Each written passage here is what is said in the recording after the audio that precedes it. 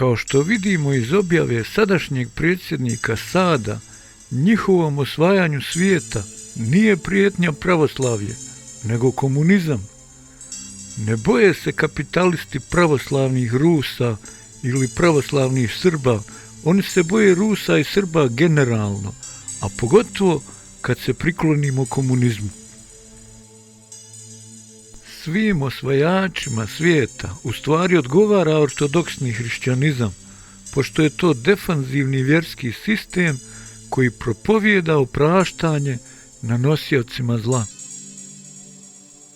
Zato nama treba nešto što će da nas zaštiti od stradavanja, nešto što će da spriječi molitvama ili nekim drugim djelovanjem pogrome nad nama, a ne samo da opjevava kada postradamo.